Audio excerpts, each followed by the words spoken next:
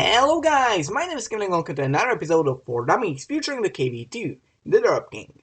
Under a tiny pause from World of Tanks during which I played mostly League of Legends, you know, that one beautiful and non-toxic game. What a wonderful game. But still, I looked at the comment section to find out which tank you want to see in the next video, and you picked the KV-2. Really?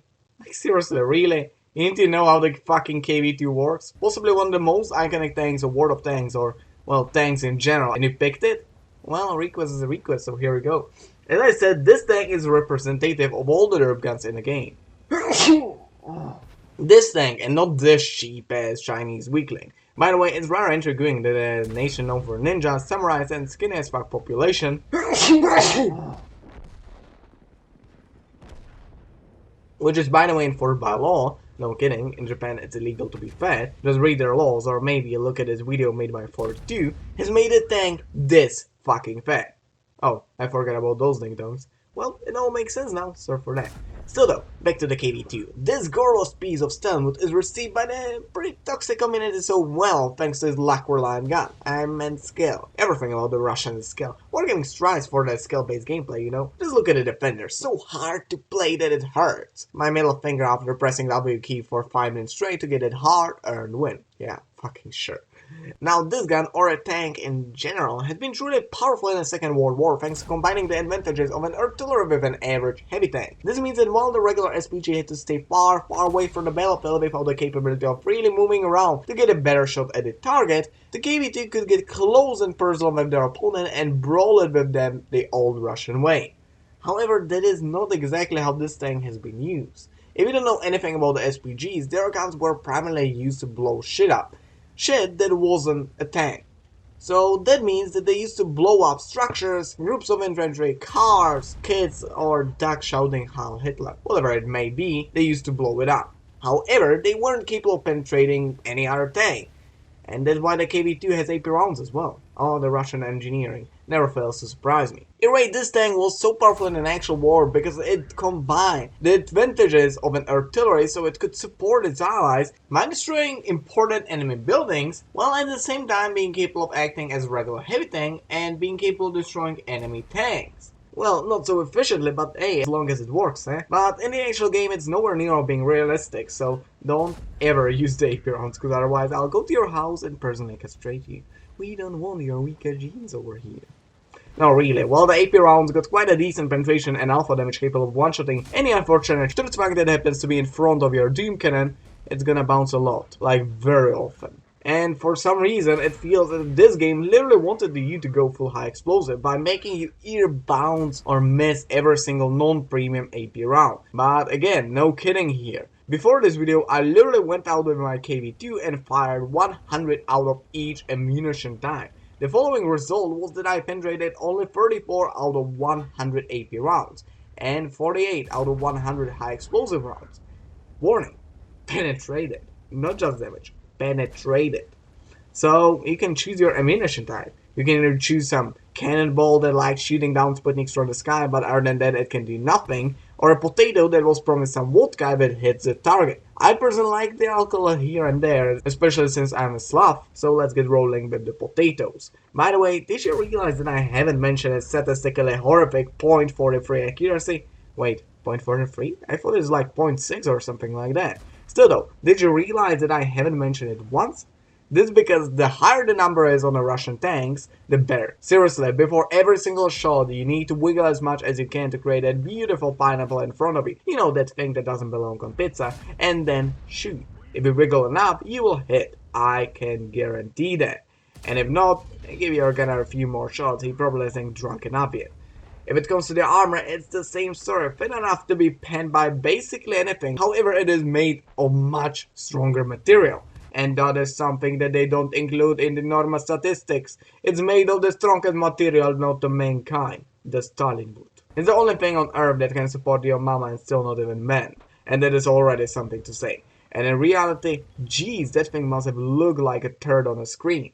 The game sadly doesn't know anything about the historical correctness and haven't made KV-2 unkillable.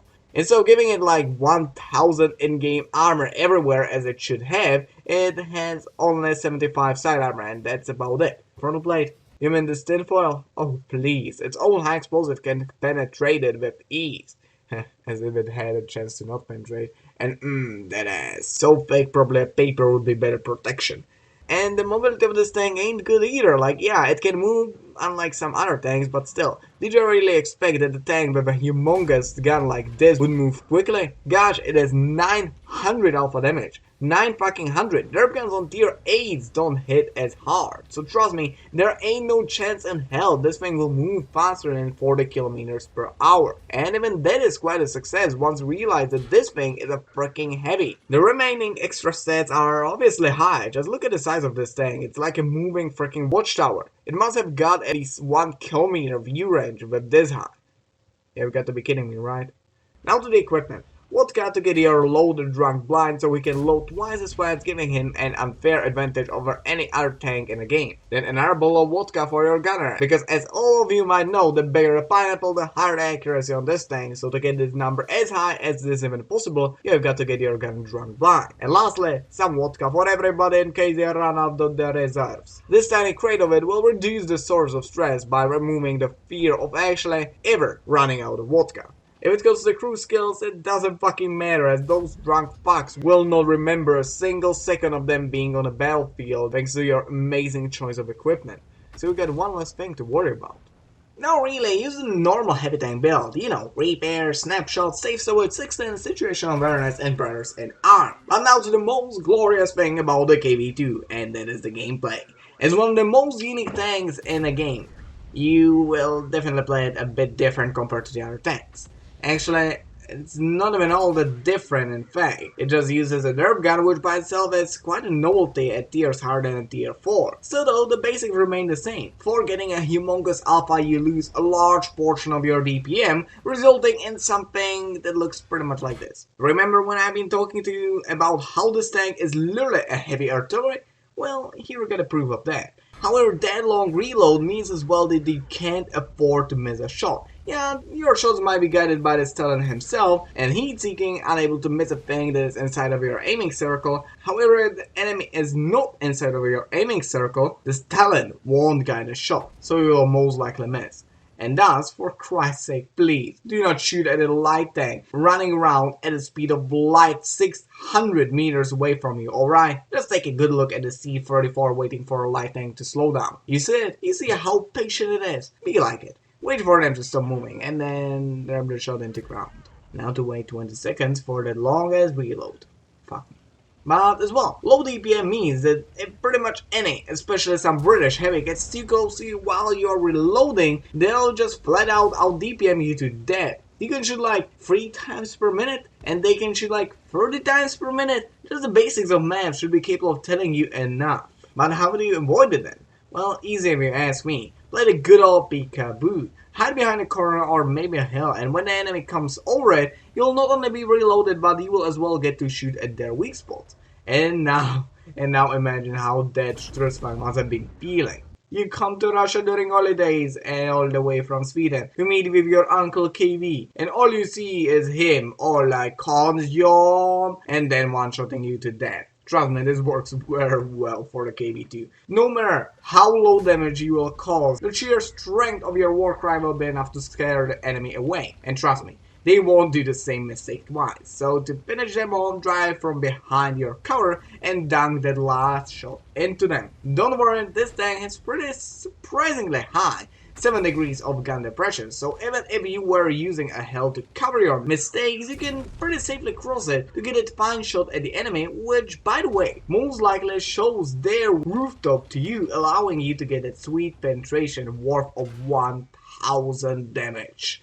Next up, if you play this tank alone, please don't. Like yeah, driving it alone is still kind of fun, but with the combined power of Sylvester Stallone, you'll be capable of achieving much greater things. Like much greater. For example, if you were playing this tank with your mates on a town map and some KV-3, you know, some imposter of yours, drives from behind a corner, you are capable of one-shotting them. But if you were in that kind of situation alone, you deal like 400 damage at maximum to him. With a bit of luck, even detracking him, but that's about it. With your whole squad, you'll just flatten that little shit. And lastly, always lead the push. Be aggressive. Be that guy that is on the front. Because otherwise you won't get a single point of damage down. Yeah, what I was talking about up till now is that you should camp behind corners and hills. I get it. You should, but you should as well know when to camp and when to attack. To camp or not to camp. Just fucking attack, alright? There ain't nothing as scary as free KV-2s marching on the front lines of war. Anyways, this thing that can only hardly be called a strategy allows you to get the first shot at the enemy and then retreat to safety while you reload. Oh, and by the way, I forgot to mention, never, and by that I seriously mean never, be caught in the middle of an open field. You reload probably just as fast as an autoloader. In some cases even longer. So being caught like that is pretty much a death sentence to you. Anyways, this is gonna be the end of this video. Hope you enjoyed. If you did, give it a like. If you did not, please give it a dislike because I wanna know whether or not I should improve. And by the way, this video was kinda done in 4 days because of my nightmare. I actually had even 2 scripts prepared for this video, from which in one of them I talked purely in Russian accent. It was rather easy to do, however the problem was that I had hard times understanding, well, anything. And if I, the person that made it, had hard times understanding what I said, how would it end up if you would hear it? So I decided to choose a less funny one. In this one I simply had less jokes, less everything, I had no Russian accent and it was more like dull and everything, so yeah. It could have been much more fun, but you wouldn't understand shit. Anyways, this is gonna be the end of this video. Hope you enjoyed and I hope that I'll see you next time. Bye!